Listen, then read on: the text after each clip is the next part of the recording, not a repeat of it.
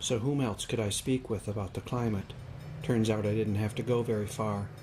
William Schlesinger, Dean of the Nicholas School of the Environment and Earth Sciences at Duke University, had this to say.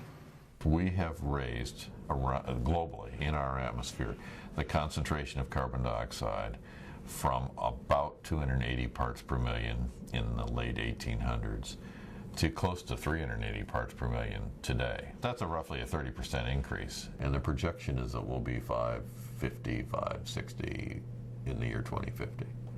Schlesinger's colleague at Duke, Professor of Conservation Ecology Stuart Pym, added this.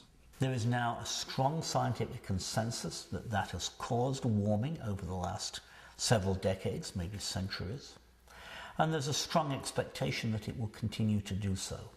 So, greenhouse gases on the rise, temperature on the rise, more floods, more droughts, rising sea level.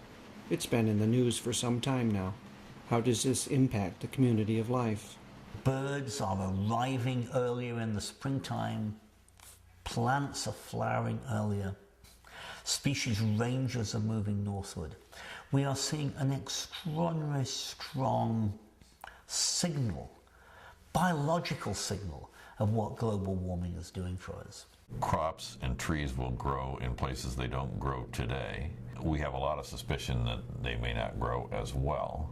And we're beginning to see extinctions of species that have literally no place else to go as the climate gets warmer. There's one impact I found particularly sobering.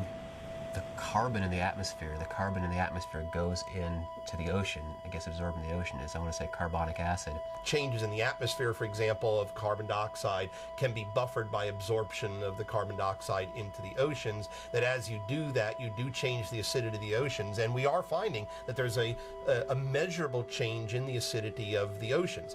And that is making it harder for the plankton to form their shells. And if there's a plankton die-off, that's the bottom of the food chain.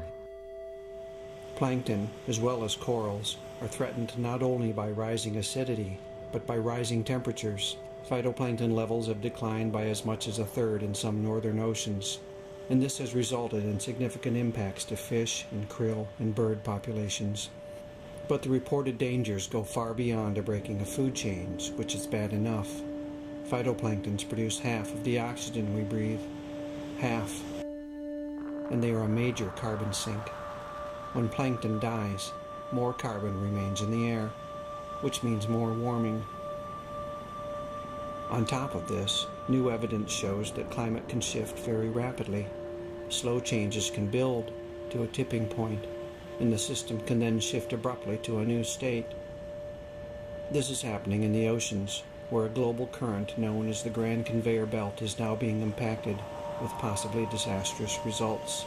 As Douglas Crawford Brown, director of the Carolina Environmental Program at the University of North Carolina at Chapel Hill, told me, the amount of carbon dioxide that we're putting out into the atmosphere is rising to a point now where most scientists would agree that we may be at a sort of tipping point. We may be at a point where we're going to start to get so much carbon dioxide into the atmosphere that feedback mechanisms that control the temperature of the Earth will start to be stretched a little bit too far.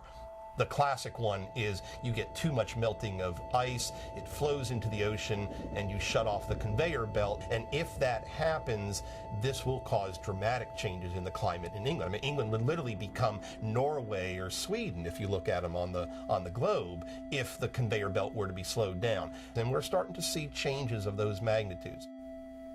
This is why I tend to use the term climate change rather than global warming.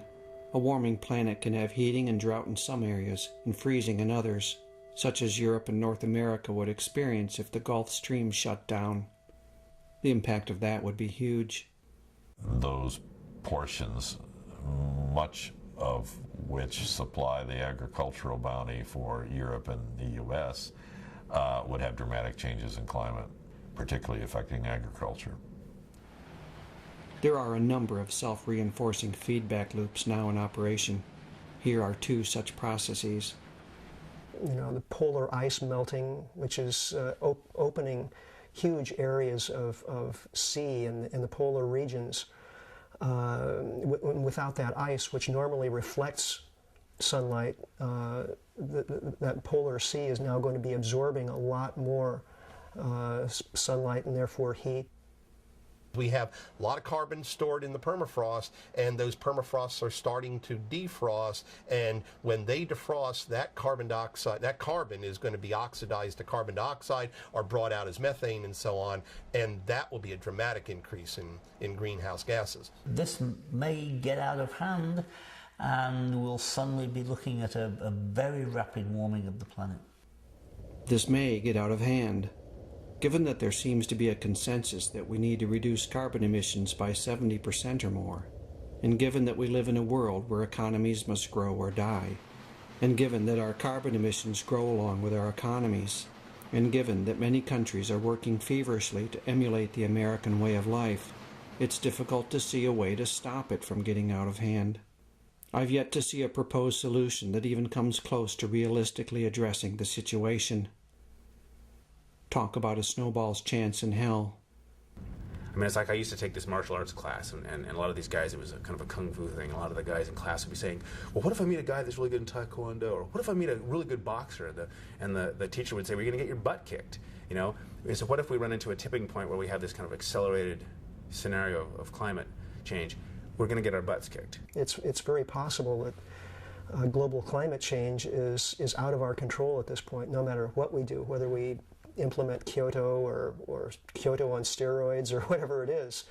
I don't know how it'll be manageable. If they can't manage the fallout from the New Orleans catastrophe, what's going to happen when they try to manage a society-wide catastrophic situation? We can take a lot of punches. Nature takes punches pretty readily. Global warming is a really severe punch. And all that we depend on for natural systems and agricultural systems is about to be wiped out pretty drastically. About to be? What is he saying? Do we dare speak of such disasters as inevitable? If we speak of inevitability, will that overwhelm people? Will they slide into apathy and diversion? Isn't that where people already are? I don't feel like I can afford to look at anything less than the truth.